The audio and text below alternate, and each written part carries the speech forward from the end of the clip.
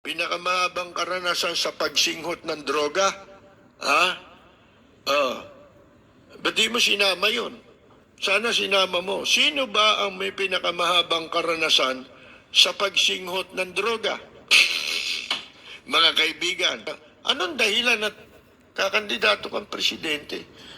Ayaw na ninyong tumigil. Ang dami na ninyong nakulimbat sa pinakikinabangan yung kinulimbat ng tatay nyo. Eto, tinan ninyo, wala silang masabing accomplishment ng mga sinasabi nilang kandidato nila. Hindi katulad si BP Robredo, maraming accomplishment. Walang peking titulo ito. Tunay ang titulo nito. Attorney at economist. Dalawa ang degree. Mga kaibigan, walang fake. Walang fake na diploma ito. Hindi ito nagsasabing graduate siya ron sa universidad. Hindi naman totoo. O kaya i-disown ka nung eskwela. Yun ang pinakamasakit, yung i-disown ka di ba? Ngayon, anong sinasabi niya? Ito, unang-una, sino, ito pagkain bobo kausap nito. Mga kaibigan, mapapahanga nito pero hindi na marami namang hindi bobo ito, tingnan ninyo. Sino pinakamahaba raw ang karanasan? Saan ba tinatanong mo? Sa cocaine? Pinakamahabang karanasan sa pagsinghot ng droga? Ba't di mo sinama yun? Sana sinama mo. Sino ba ang may pinakamahabang karanasan sa pagsinghot ng droga? Mga kaibigan, sabi niya, 4 na terminong gobernador. Naging 4 daw, terminong gobernador. 1 terminong kongresista. Walang nagawa. 1 terminong senador. Si Bongbong Marcos. Naku, mahaba. Ang dapat na pagbatayan, hindi track record yan Ang track record, yung ginawa. Correct. Hindi ba? Dapat yun ang sabihin mo, ano ginawa? Totoo ba? Mahaba ang karanasan sa cocaine. Yun ay paliwanag mo. Di ba? Yun ang track record niya Pero yung naging governor, Grabe naging kongresista, gusto niyang palitawin na yung pagkaka-elect sa kanya, track record yun. Marami naman na-elect dyan, kamukha niya rin Wala rin track record Di ba? Pero na-elect, bakit? Political dynasty. Hindi ba? Dahil sila na lang, pamilya na lang nila, ang lagi nauupo, mga kaibigan. Karamihan sa political dynasty, walang accomplishment yan. Katulad si Hani Lacuna sa Maynila, ano nagawa niyan? Umpisaan mo sa tatay niyan, ano nagawa niyan sa Maynila? Aber? Di ba? Wala Walang track record, mga kaibigan. Hindi track record yung napwesto kang gobernador. Ano ginawa mo bilang gobernador? Ano ginawa mo? 4 na termino yon. Naging kongresista ka, ano ginawa mo? Naging senador ka, ano ginawa mo? Nung tumakbo kang vice president, ano naging track record niya? Pagsinghot ng pulburon. Natalo siya. Pangalawa, hindi natanggap ang pagkatalo. Pangatlo, nagprotesta ng walang tigil. Mga kaibigan, talo na, hihirit pa ulit. 3 protesta yon, mga kaibigan.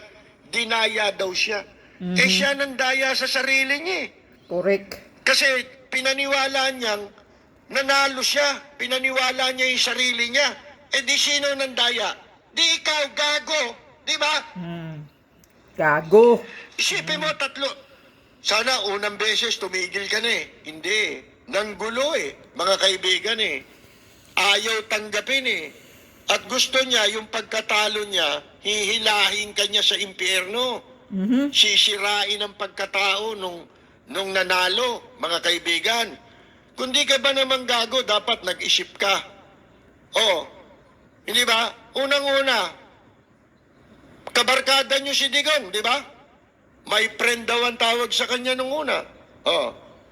Mga kaibigan, ba't hindi ikaw naging vice president nga naman ni Digong nyo? Sabi sa akin nung isang kaibigan natin, ba't hindi siya ang kinuwang vice president?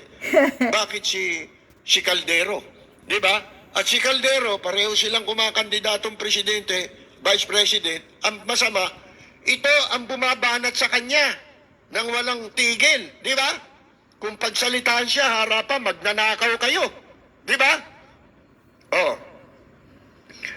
Mga kaibigan, ba't hindi siya ang ginawang Vice President ni Digong nyo? Pangalawa, now po, inimpluwensyahan ba yung Supreme Court? Kayang-kaya nilang impluwensyahan?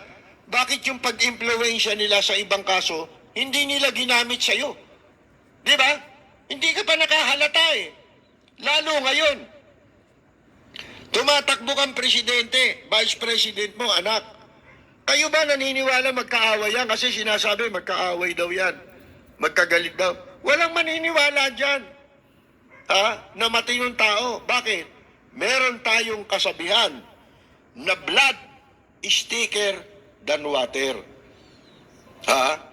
Mas, matimbang ang dugo, mga kaibigan.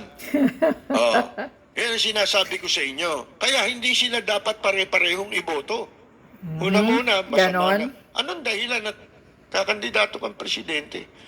Ayaw na ninyong tumigil. Ang dami na ninyong nakulimbat sa pinakikinabangan yung kinulimbat ng tatay nyo. Di ba? Hanggang ngayon, hindi nyo isinasauli.